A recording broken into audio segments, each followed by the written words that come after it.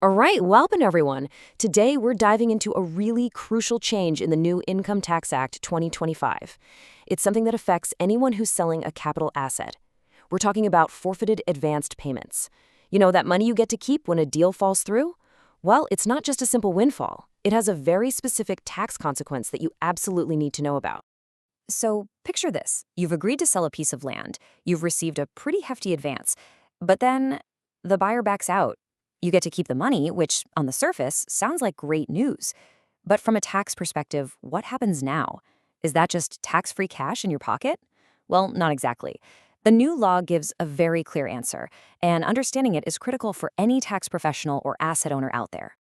Okay, so here's our game plan for this explainer. We'll start with the basics of forfeited advance money. Then we'll decode the new Section 81, see a practical example of how it all works, cover some key compliance points and common mistakes, and we'll finish up with your main takeaways. So, the whole point of the new Income Tax Act 2025 is really to simplify things, right? To modernize the old tax code.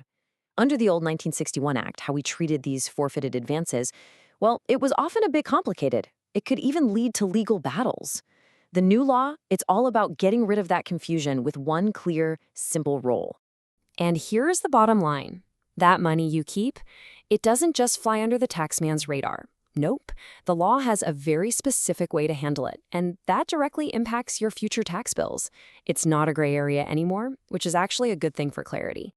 So the star of our show today is Section 81 of the Income Tax Act 2025. This is the section that lays out all the rules, the one we really need to get to grips with. Okay, let's look at the actual wording here. The key phrase is that any advance received and retained shall be deducted from the cost for which the asset was acquired. The language is really direct. In plain English, it means the original price you paid for your asset gets reduced by the amount of that advance you kept. That's it. That's the core idea of Section 81 right there.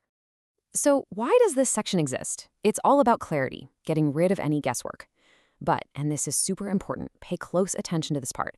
Section 81 applies only to capital assets. We're talking about things like your land, buildings, maybe some shares, your long-term investments.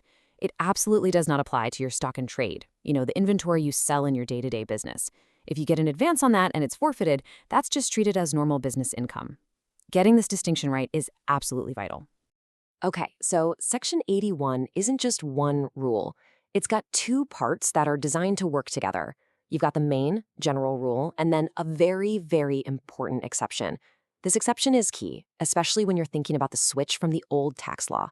Let's break them both down. So look at this. On one side, you have the general rule we've been talking about. Clause A, you take the forfeited advance and deduct it from the asset's cost. Simple. But on the other side, Clause B, we have the exception. And this is crucial for any advances that were forfeited back when the old 1961 Act was still in place. If you already paid tax on that advance as income from other sources under that old act, you do not reduce the cost again. You've already dealt with it. And this is just smart lawmaking, really. It shows you the logic behind the rule. The whole point of this exception is fairness. It's there to prevent double taxation. Think about it. You don't want to get taxed on, say, 5 lakh rupees as income and then also get taxed on it again later because it increased your capital gains. This rule makes sure that doesn't happen. Okay, so now that we've got the theory down, let's put Section 81 into action. A practical example really makes this stuff click. All right, let's meet Mr. Kumar. He buys a plot of land back in 2027. A couple years go by, he finds a buyer, gets a nice advance payment. But then, the deal falls through, so he gets to keep the advance. The big question is, for all tax purposes going forward, what's the cost of his land now? Okay, so we start with the original price he paid, 80 lakh rupees. That's our starting point. And now we bring in Section 81. That 5 lakh rupees he kept, it has to be deducted from that original 80 lakh cost. The math itself is super simple. You can see it right here in the table.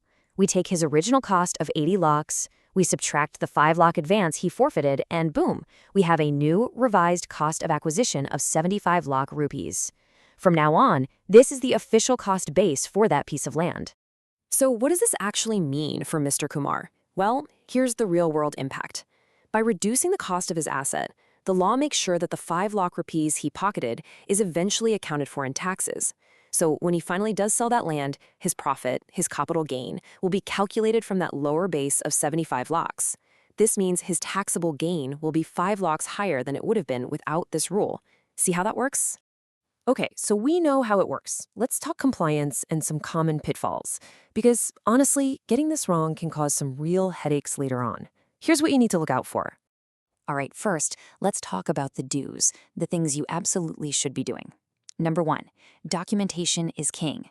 Keep every single sale agreement and forfeiture document. Number 2, make sure you're reporting accurately. Always use this new, revised cost for any future tax filings. 3, your accounting records have to match this. Make sure they reflect the forfeited advance and the cost adjustment. And finally, always check the past. Was this amount already taxed under the old 1961 Act? If so, you've got to apply that exception we talked about. And now for the don'ts. These are the common traps people fall into. The biggest mistake you can make is just assuming this money is tax-free. It's not. Another classic error is simply forgetting to adjust the cost. If you do that, your capital gains calculations down the road will be wrong. Also, remember, this rule is only for capital assets. Don't try to apply it to your business inventory. And finally, please don't double dip. Never reduce the cost if tax was already paid on that advance under the old system. All right, let's pull all this together. Here are your key takeaways, the most important points you need to walk away with. So, let's do a quick fire summary. 1. Forfeited advances on capital assets, they reduce your cost of acquisition. 2. This, in turn, increases your future taxable capital gain. It's a direct link. 3. The rule that governs all of this is Section 81 of the new Income Tax Act 2025. 4. Don't forget that critical exception for any advances that were already taxed under the old 1961 Act. And finally, and I can't stress this enough, proper documentation is not optional. It's absolutely essential for compliance. And there you have it. That's our deep dive into Section 81. I really hope this helped clear up this important new provision for you. If you found it helpful, a like always helps us out. And of course, make sure to subscribe and share this with any friends or colleagues who need to know this stuff. Just a final important note. Please remember this explainer is for educational purposes only. It is not professional advice. Tax laws are incredibly complex and they're always subject to change. So please always consult with a qualified professional for advice that's tailored specifically to your situation.